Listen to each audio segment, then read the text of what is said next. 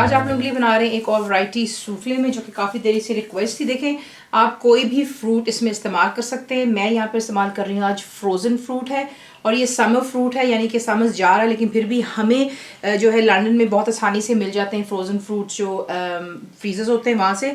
तो चीज़ें जो आपको चाहिए, यू नीड डबल क्रीम या थिक क्रीम या हैवी क्रीम, जो भी इसको आप प्रोनाउंस करते हैं। स्वीट एंड कंडेंस मिल्क, ये वो गाढ़ा और मीठा दूध है।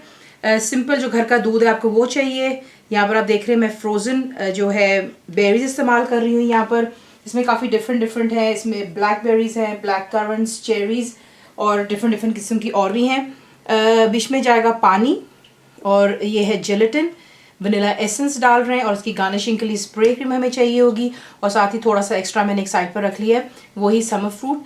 इसको गार्निश करने के लिए आपको दिखाते हैं इसको बनाना का काम। ये कि हमने जेलेटिन को जो है ठंडे पानी में डालना है। इसको आप ही उसके ऊपर स्प्रिंकल करते हैं, उससे ये होता है कि ये जो है ठंडे पानी के अंदर में बहुत आसानी से वो हो जाती है, फूल जाती है, और फिर हम इसका इस्तेमाल करते हैं। आप देख रहे हैं ऑलरेडी इसमें जाकर के ये फूल रही है, तो इसे ज़रा थोड़ा सा 2-3 मिनट दे दें, उसके बाद आपको दिखाते हैं। तो सबसे पहले हमें चाहिए होगा एक ब्लेंडर, उसमें हम डालेंगे जो कि हमारे यहाँ पर फ्रोज़न फ्रूट है।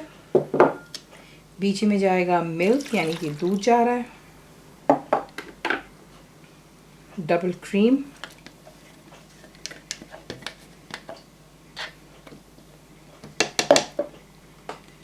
कंडेंस्ड मिल्क,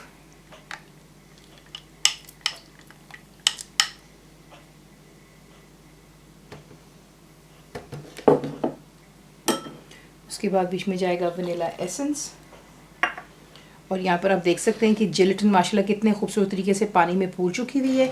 इसे भी आप इसी के अंदर में ऐड कर लेते हैं, और अब हम इसको ब्लेंड करेंगे जब तक कि तमाम चीज़ें बिल्कुल इक्वली मिक्स हो जानी चाहिए, और इसमें कोई इसका इतना ख़ास काम नहीं है।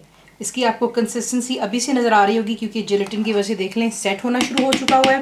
अब आपने सिंपली क्या करना है, जिस भी आपने इसको बोल में सर्व करना है, किसी मोल्ड में, या फिर जिस तरह मैं फैंसी ग्लासेस में कर रही हूँ, तो आप इसको इसके अंदर में पोर कर सकते हैं। आप इनको ग्लासेस में डाल करके फ्रिज में रख दें, थोड़ा सा सेट होने दें, और उसके बाद इसकी हम सेट होता है आप इसको गार्निश कर सकते हैं वो स्प्रे क्रीम ऊपर थोड़ी सी, और मैंने फ्रूट्स डाल दिए हुए हैं। फुल रेसिपी के लिए आप जाएंगे मेरी वेबसाइट पे which is cooked with faiza.net पर। बनाइए। तो आपको कैसा लगा दुआ में याद रखें, and thank you for watching the video.